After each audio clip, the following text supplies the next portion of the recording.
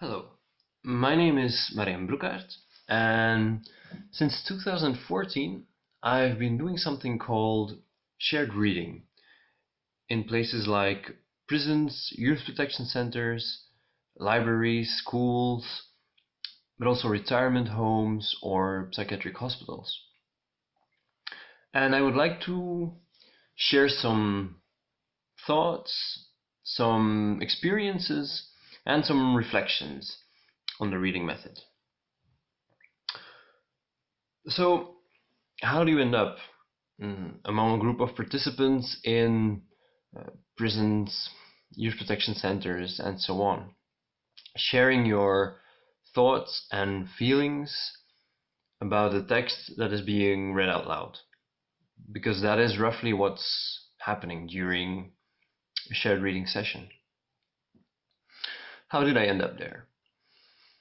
In the next couple of minutes, I would like to walk you along some possible answers to that question.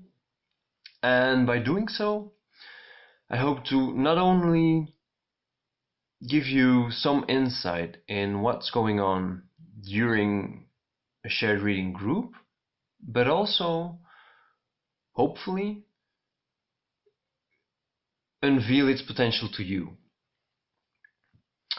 So it's important to say this is a personal story. And so I wanted to start by telling you something about myself. And my idea was to make a presentation, and I asked my parents if they could send me some childhood pictures. And this is what they sent me. Apparently, I spent my childhood among kids with blurred faces. What you see here is me in a group of kids in the Youth Protection Center where my parents worked and lived, and so where I lived until I was 6. What I remember is how much of daily life was structured along the rules of the institution. Things like what I could or could not have in my room, what time we had to go to bed, what was on the menu. I was no exception to those things. But at the same time, I could get a hug from my parents whenever I wanted one. Or whenever they had a day off, they would maybe not take me to kindergarten and go with me to the beach. So at the same time, I was part of that group and I wasn't. And that's a position with all its advantages and disadvantages that I came to be familiar with.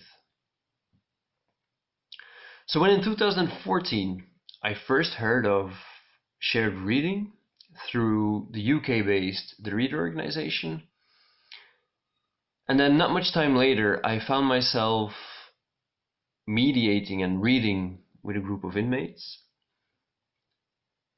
it was exactly that feeling that came back to me.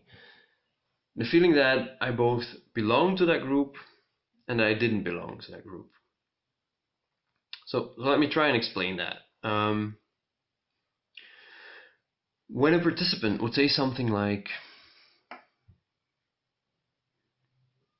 "I really miss my dad," or "Believing is always some sort of doubt." At the same time, I would take up the challenge to connect that what has been said with the group and steer the group dynamics. But I would also experience the enjoyment of my worldview that is being challenged, of the fact that my emotion, my intellect is being triggered, tackled, or confirmed. And that is something that I suppose, I hope, I believe is happening to the other participants too. Well, and there's reason to believe that is the case. If you want to know more about the effects of shared reading, there's plenty of research you can find online, so look that up if you like. And I think the website of the reader organization is a good stepping stone to find published research on the topic. So, an educator once asked, right before entering a group of 13, 14, 15-year-olds, what I was going to read with them. And while I was showing her the texts, she notices that I brought the poem I Loved You by Pushkin. And she says, no way they will get that. And at the time, I didn't really know how to react to the situation, what to say to her. It was only afterwards, when I was talking about this moment to other reading mediators or shared reading mediators, that someone said, well, it's not really about them getting it. It's about getting them in the moment, in the text, in the group. And I think, yeah, it's what they make of it. So I did read Pushkin with them. Let me read it to you. I loved you, and I probably still do. And for a while, the feeling may remain. But let my love no longer trouble you. I do not wish to cause you any pain. I loved you, and the hopelessness I knew, the jealousy, the shyness, though in vain, made up a love so tender and so true, as may God grant you to be loved again. So what they made of it, after some whispers of complaint, like, why can't he write normal sentences? They did start to have a conversation about the text. And they talked about things like, what is a crush? And does a crush imply something temporary? And can you love someone when you're not together? And why is it that when you have never noticed a boy, or a boy you never even noticed, all of a sudden becomes boyfriend of someone, you then actually realize he's really cute? So during this conversation, a boy looks over at me and says, you didn't ask a question. And he's right, I didn't. The conversation was flowing. They were rereading parts of the text to see if they could get a better grasp of some sentences.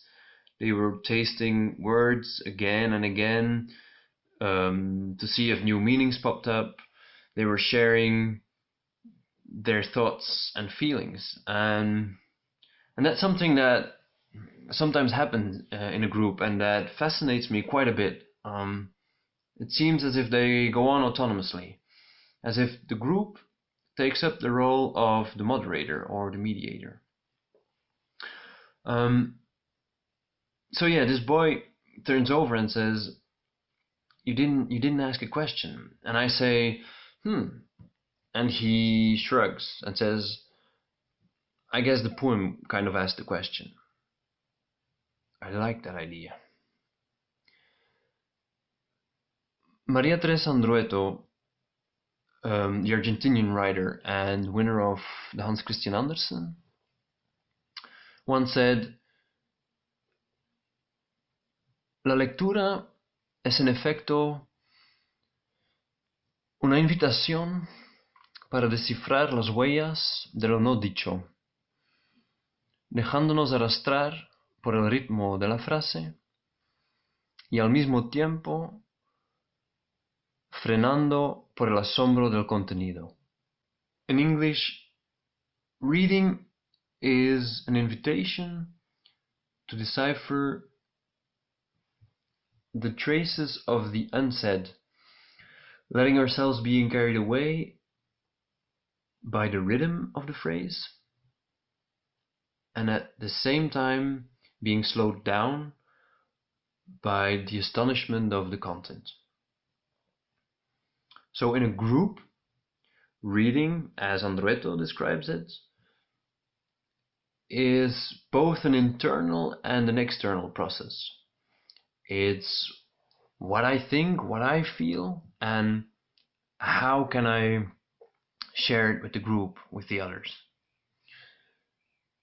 So what we see happening real time in a shared reading group is therefore, on the one hand, a personal exploration of the text, and on the other hand, an exchange of social models, of internalized social models of what the act of reading implies.